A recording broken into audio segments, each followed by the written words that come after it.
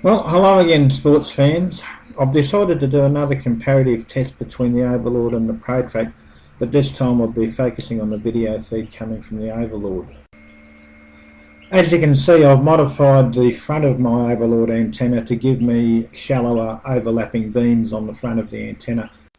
This mod gives me wider continuous coverage when I'm flying at greater distances.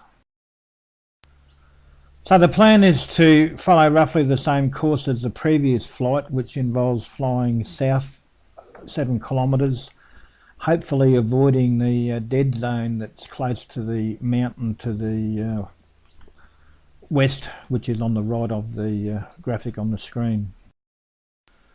Once again, I'll be using my old faithful Teximo with the same setup as the previous flight. So the launch is fine. It's a beautiful day, blue sky. There's a probably 5 to 10 km/h wind coming from the south, which is the direction I'll be flying in. And I do a couple of circuits to test the autopilot functions and make sure the videos are recording before heading off to the south.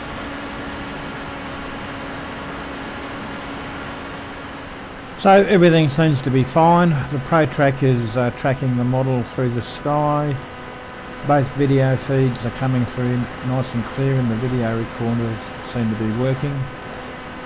So I set a course just to the east of the mountain and head off. I don't generally have any video problems for the first 3 or 4 kilometres, so I'll just fast forward through this first part of the trip.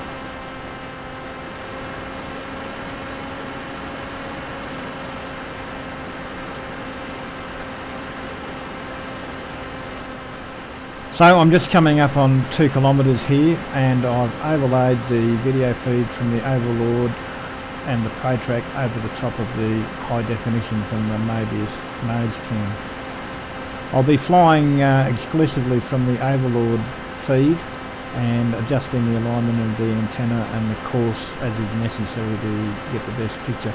The ProTrack I'll just left to its own devices and I'll be looking at the recording afterwards.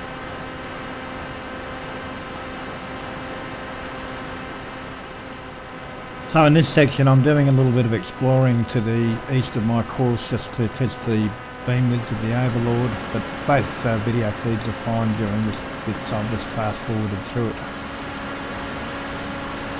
So I get out to about 3.5 kilometres before I start to notice any degradation of the video, and the picture starts to get a little bit grainy, and at roughly the same time I notice that the ProTrack's gone into its circular search pattern, so I assume that's gone out as well.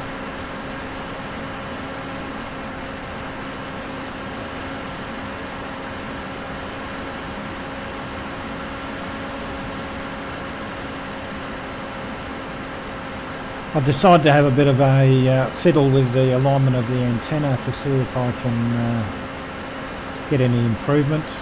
So I'm just slowly moving it backwards and forwards, and the Teximo is drifting off course a bit while I'm focused on that. But I do eventually pick up a clearer signal.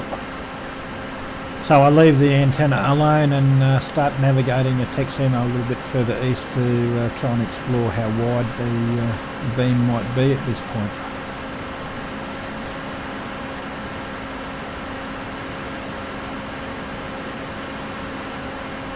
So it's apparent that the quality of the video is better out in this direction, so I decide to fly back on course and then realign the antenna further to the west and try and keep in the centre of it. It looks like the ProTrack's also managed to lock onto the signal at this point as well.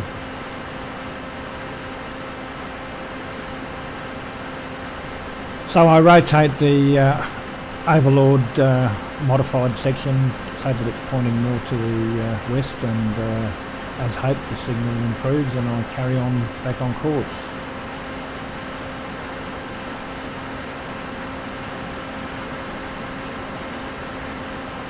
So we're just coming up on 5 kilometres and the video is still reasonable. The ProTrack however starts rotating again, indicating that it's lost the signal.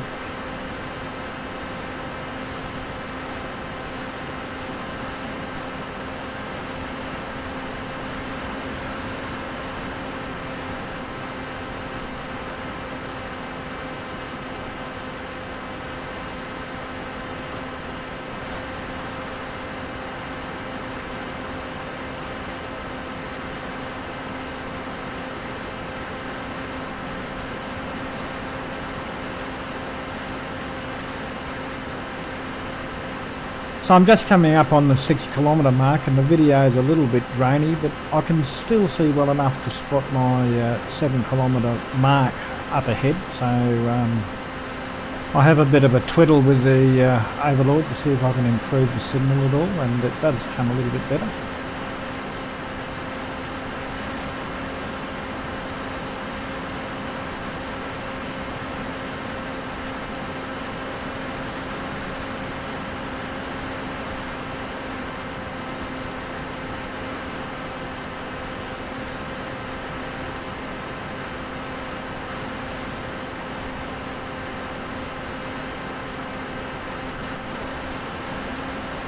Around about this time I noticed that the voltage is well below the 11 volts, and I'm starting to get a little bit nervous about getting home. So the picture's still usable, and I decide, well, I'll get out to the 7 kilometres and bring it back straight away after that.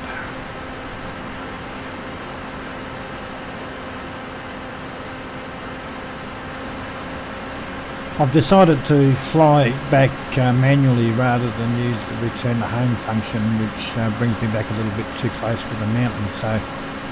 So the manual turn goes quite well, and the intention is that I'm going to try and fly straight down the current alignment of the Overlord antenna.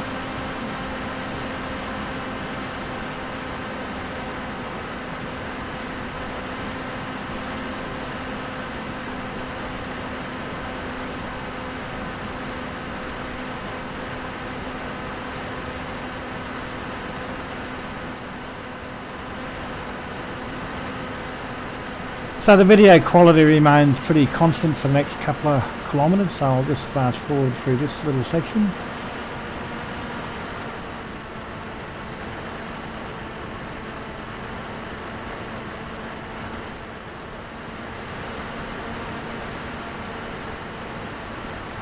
So the video starts to get a little grainy at the 5 kilometre mark, which is roughly when I'm alongside the bulk of the mountain, so I'm guessing that's the culprit. It's still quite clear though, and I can read the telemetry on the screen, so it's not really a problem at this point. What is a problem is that the voltage has dropped down below 10.5 volts, and I know that it drops down very rapidly after that, so I've had to cut the throttle down to try and conserve a little bit of power.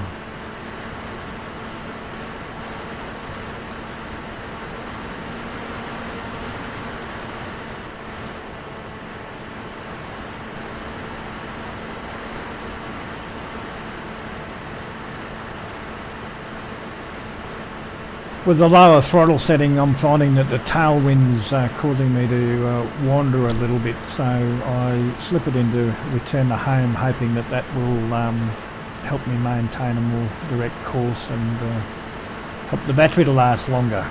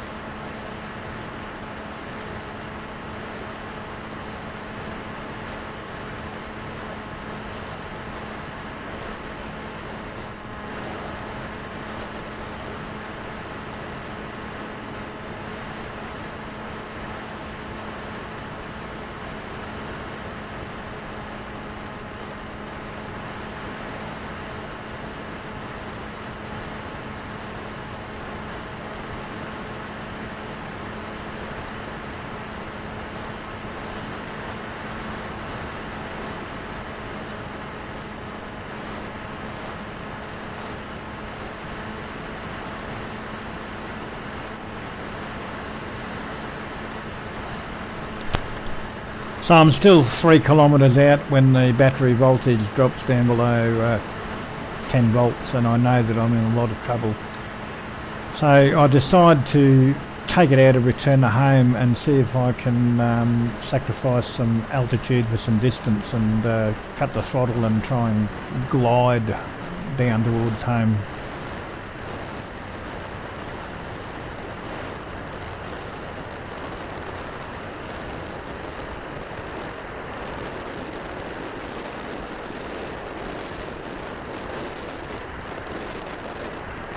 So once again, with the tailwind, I really have trouble keeping the wings level in a glide.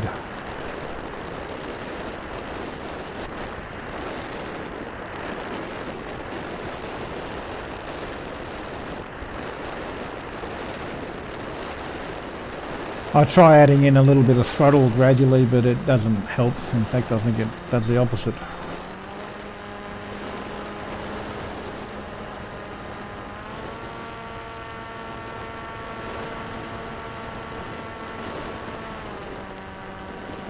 I try switching it back in and return to home mode, but that doesn't help either. I add some more throttle, and all that seems to do is put the nose up and put it into a stall.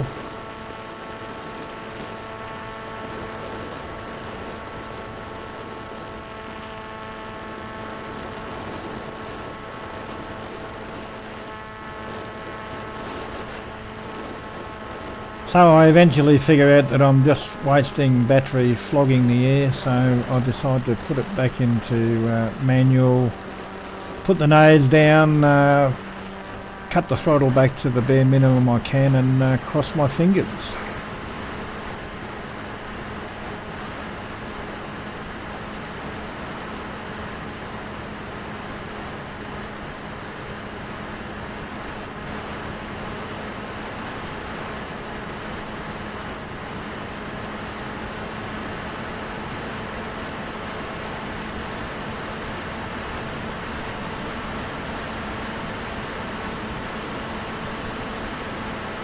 So I'm inside 1 kilometre away from home, but the battery voltage is down below 9 volts and I'm expecting the motor just to cut out at any second.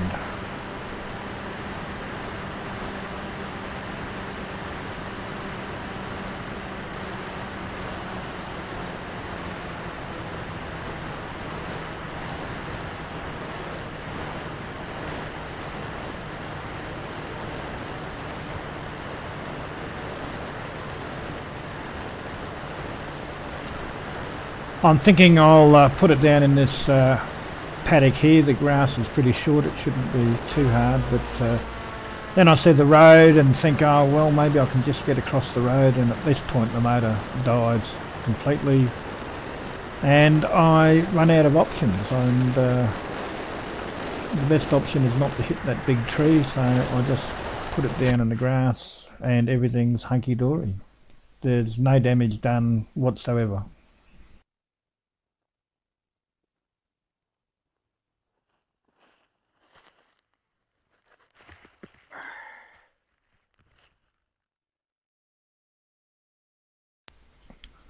So I think the Overlord did pretty good on this test. I was able to use the feed for the entire flight. It never dropped out completely. And when it did start to degrade, it was pretty gradual, so I was able to either adjust the antenna or fly the plane back into the beam of the antenna. The ProTrack, on the other hand, didn't perform very well on this particular test at all. While it was fine out to about 4 kilometres, after that the tracking became so erratic and the recovery time was so slow that I just wouldn't have been able to carry on if I'd been relying on that feed alone. It has performed better on earlier tests, but the need for manual alignment out past 4 kilometres has been pretty consistent. I'm going to do one more test where I use the ProTrack as a primary antenna and actually disengage the auto tracking once the signal starts to break up, just so I've got a comparison on an even playing field. So watch this space.